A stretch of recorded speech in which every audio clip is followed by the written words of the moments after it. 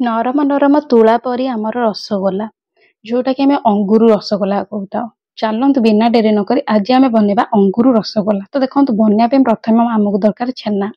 Only 2ଟା ଇନଗ୍ରିଡିଏଣ୍ଟରେ ଆପଣଙ୍କର এই ଜିନିଷଟା ହେଇପାରିବ। 2ଟା ଆପଣଙ୍କର ଉପକରଣ ଦରକାର। ସେଥିପାଇଁ ପ୍ରଥମ ଉପକରଣ ହେଉଛି ଛେନା।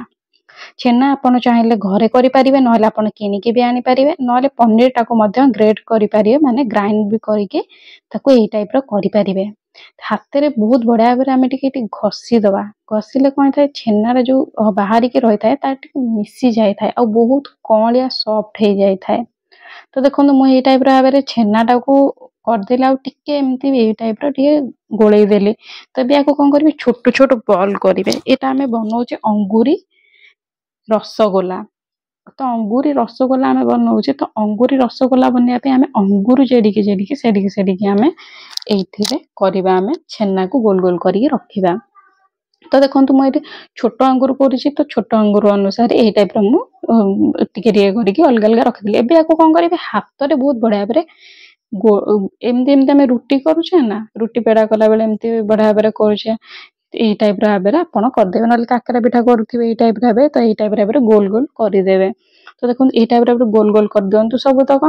ତ ମୁଁ ଏପଟେ କରିକି ଆପଣଙ୍କୁ କହୁଛି କଣ କରିବେ। ଆଉ ଏଇ ଭିଡିଓଟାକୁ ଯଦି ଭଲ ଲାଗୁଛି ତ ପ୍ଲିଜ ଲାଇକ୍ କରନ୍ତୁ, ଆପଣ ଫ୍ରେଣ୍ଡ ମାନଙ୍କ ସହିତ ସେୟାର କରନ୍ତୁ। ତ ଦେଖନ୍ତୁ, ଏଇଟା ମୁଁ ଏବେ ସବୁ କରିକି ଥୋଇଦେଲି। ଏବେ ମୁଁ କଣ କଲି, ଗୋଟେ କଡେଇରେ ନେଇଗଲି ଚିନି ଦେଖିପାରୁଥିବେ, ମୁଁ ଯେ କଟୋରୀରେ ନେଇଛି, କଟୋରୀରୁ ଟିକେ କମ ଦେଇଛି, ଆଉ ପାଣି ମଧ୍ୟ ସେଇ ସେମ ଦେଇଛି। ତ ଦିଟାକୁ ସେମ ଦେଇଛି। ଏବେ ୟାକୁ କଣ କରିବେ, ମୁଁ ଚିନିଟାକୁ ଏପଟେ ମେଲ୍ଟ ହବାକୁ ରଖିଦେଇଛି ଗ୍ୟାସ ଉପରେ। ସେ ବହୁତ ବଢିଆ ଭାବରେ ମେଲ୍ଟ ହେଇଗଲାଣି। ଏବେ ୟାକୁ କଣ କରିବେ, ସବୁତକ ଆମର ଅଙ୍ଗୁରି ଛେନାକୁ ପକେଇଦେବେ। ତ ଦେଖନ୍ତୁ, ଏବେ ଆମର ହେଇଗଲା। ତ ଏବେ କଣ କରିବେ, ଗ୍ୟାସକୁ ମିଡିୟମ ରଖିବେ, ହାଇ କରିବେନି କି ଲୋ କରିବେନି। ଦେଖିପାରୁଥିବେ ମୁଁ ମିଡିୟମ ରଖିଛି, ତ ଆପଣ ମିଡିୟମ ବି ରଖିବେ। ଆପଣ ଆପଣଙ୍କ କ୍ୱାଣ୍ଟିଟି ହିସାବରେ ବଢେଇ ପାରିବେ, କମେଇ ପାରିବେ। କିନ୍ତୁ ମନେ ରଖନ୍ତୁ ଗୋଟେ କଥା, ଯଦି ଆପଣ ଗୋଟେ ଗିନା ନଉଛନ୍ତି ଚିନି, ତ ଗୋଟେ ଗିନା ପାଣି ନେବେ। ଟୋଟାଲି କଞ୍ଜୁସି କଲେ ଏଇ ଜିନିଷଟି ଖରାପ ହେଇଯାଇଥାଏ। ତ ଏବେ ଦେଖନ୍ତୁ, ମୁଁ ଏଇଠି ଗୋଟେ ନେଇଯାଇଛି ଗୁଜୁରାତି, ତାକୁ ଟିକେ ଚୋପା ଛଡେଇକି ମଞ୍ଜି ସହିତ ପକେଇ ଦେଇଛି। ଆପଣ ଚାହିଁଲେ ତାକୁ ଛେଚିକି ମଧ୍ୟ ପକେଇ ପାରିବେ। ତ ଏବେ ଦେଖନ୍ତୁ, ଏଇଟା ମୁଁ ଘୋଡେଇ ଦେଇକି ଛାଡି ଦେଇଛି 5 ରୁ 10 ମିନିଟ୍। 10 ମିନିଟ୍ ଭିତରେ ଏବେ ଦେଖିପାରୁଥିବେ ମୋର ରେଡି ହେଇଯାଇଛି ଅଙ୍ଗୁରି ରସଗୋଲା। ଏଇଟା ଖାଇବାକୁ ମଧ୍ୟ ଅଙ୍ଗୁରୁ ପରିକା ଲାଗେ, ଟେଷ୍ଟ ତ ଲାଗିବନି ଅଙ୍ଗୁରୁ ଟେଷ୍ଟ, କିନ୍ତୁ ଅଙ୍ଗୁରୁଟା ଯେମିତି କ୍ରଞ୍ଚିନେସ୍ ହେଇଥାଏ ସେଇ ଟାଇପ୍ର ଭାବରେ ଲାଗିବ। ଏବେ ଦେଖନ୍ତୁ, ମୁଁ ଆପଣଙ୍କୁ ବାହାର କରିକି ବି ଦେଖେଇ ଦଉଛି ଗୋଟେ ଜାଗାରେ।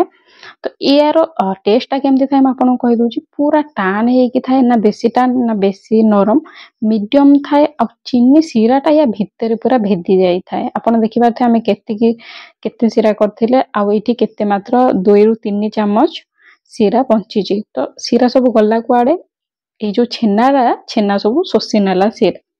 ତ ଏଇଟା ବଢିଆ ଲାଗିଥାଏ। ୟାର ଯୋଉ ଆପଣ ଯଦି ବି ଜାଣିପାରୁନାହାନ୍ତି ହେଲା କି ନାହିଁ, ତ ନୋଟିସ କରିଦେବି, ଶିରା ଯଦି କମି ଯାଉଛି ତ ହେଲା। ଆଉ ହଁ, ମଝିରେ ଥରେ ଚଟେଇ ଦଉଥିବେ, କଣ ପାଇଁ ନା ଲାଗିଯିବାର ବି ସମ୍ଭାବନା ଥାଏ। ତେଣୁକରି ଚଟେଇ ଦବା ନିହାତି ଦରକାର। ଆଉ ଏଇଟା ଆପଣ କରିକି ଛୁଆମାନଙ୍କୁ ଟିଫିନ ଦିଅନ୍ତୁ, ଘରେ କିଏ କୁଣିଆ ଆସିଲେ ବନାନ୍ତୁ। ଆଉ ଏବେ ତ ଆମର ଅଗଷ୍ଟ 15 ବି ମଧ୍ୟ ଆସୁଛି। ଅଗଷ୍ଟ 15 ପାଇଁ ବି ବେଷ୍ଟ। ଆଉ ରାକ୍ଷୀ ପୂର୍ଣ୍ଣିମା ବି ଅଛି, ରାକ୍ଷୀ ପୂର୍ଣ୍ଣିମା ବି ବେଷ୍ଟ। ଆଉ ଦୀପାବଳି ମଧ୍ୟ ଆସୁଛି। ତ ଏଇଟା ସବୁ ଫେଷ୍ଟିଭାଲ ପାଇଁ ବହୁତ ବଢିଆ। ୟାକୁ କରନ୍ତୁ ନିହାତି ଭାବରେ, ଘରେ ଟ୍ରାଏ କରନ୍ତୁ। ବହୁତ ହି ଟେଷ୍ଟ, ବହୁତ ହି ୟମ୍ ଲାଗିବ। ଆପଣ ଦେଖିପାରୁଥିବେ, ଆପଣଙ୍କ ସାମ୍ନାରେ ଏଇଠି ଚିପିକି ତାକୁ ଦେଖଉଛି। ଏତେ ଛୋଟ, ବହୁତ ହି ଟେଷ୍ଟ ଲାଗିବ। ଛୁଆମାନଙ୍କୁ ଏଇଟା ବହୁତ ହି ବଢିଆ ଲାଗିବ। ତ ଏଇଟା ନିହାତି ଭାବରେ ଟ୍ରାଏ କରନ୍ତୁ। ଦେଖିପାରୁଥିବେ ଏତେ ସଫ୍ଟ ଅଛି, ଶିରା ବି ମଧ୍ୟ ବାହାରୁନି, ଶିରା ଟାଇଟ ହେଇକି ଅଛି।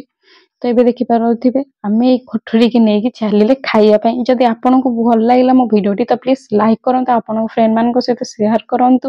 ଆଉ ଅଗଷ୍ଟ 15 ହଉ କି ଜାନୁଆରୀ 26 କି ଦୀପାବଳି